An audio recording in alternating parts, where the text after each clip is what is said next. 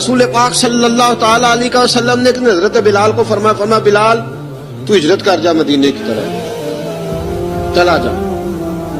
حضرت بلال نے عرض کی حضور میں غلام ہوں، خادم ہوں، ہر حکم ماننا میری ڈیوٹی ہے، لیکن ایک عرض کرنی ہے صرف۔ حضور نے فرمایا بلال کرو۔ کہا یا رسول اللہ آپ مدینے آئیں گے نا؟ آپ آئیں گے مدینے؟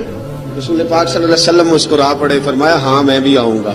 کہا حضور بس ٹھیک ہے، بتائیں کب جانا ہے، بس اتنی سی بات ہے۔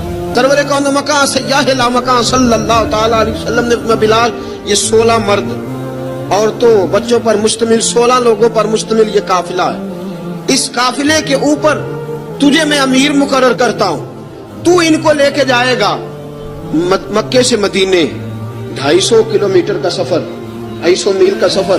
حضرت بلال حبشی رضی اللہ تعالیٰ عنہ قافلے کے امیر بن کے، سخت گرمی کا موسم، حضرت بلال کے ہاتھوں میں تلوار ہے، ایک ہاتھ میں نیزہ ہے، ایک ہاتھ میں تلوار ہے، تیر آپ نے پیچھے باندھ رکھے ہیں پشت پہ، اور آپ لے کے جا رہے ہیں، کبھی قافلے کے آگے، کبھی پیچھے، کبھی دائیں کبھی بائیں۔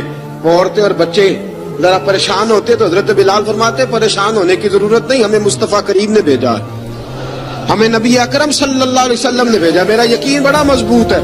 اب یہ قافلہ جا رہا ہے، حضرت بلال حبشی نے بخیر و عافیت سپہ سالار بن کر اس قافلے کو پہنچایا مدینے میں۔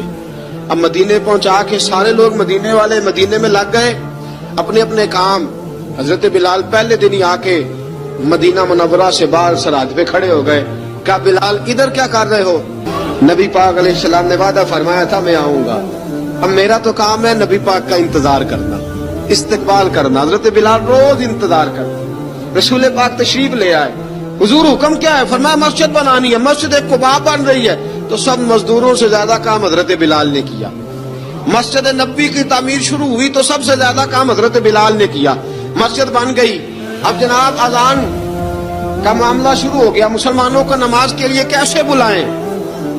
ایک صحابی کہنے لگے حضور ہم اوپر آگ جلایا کریں گے، جب آگ جلے گی تو لوگوں کو پتہ چلے گا نماز کا وقت ہو گیا۔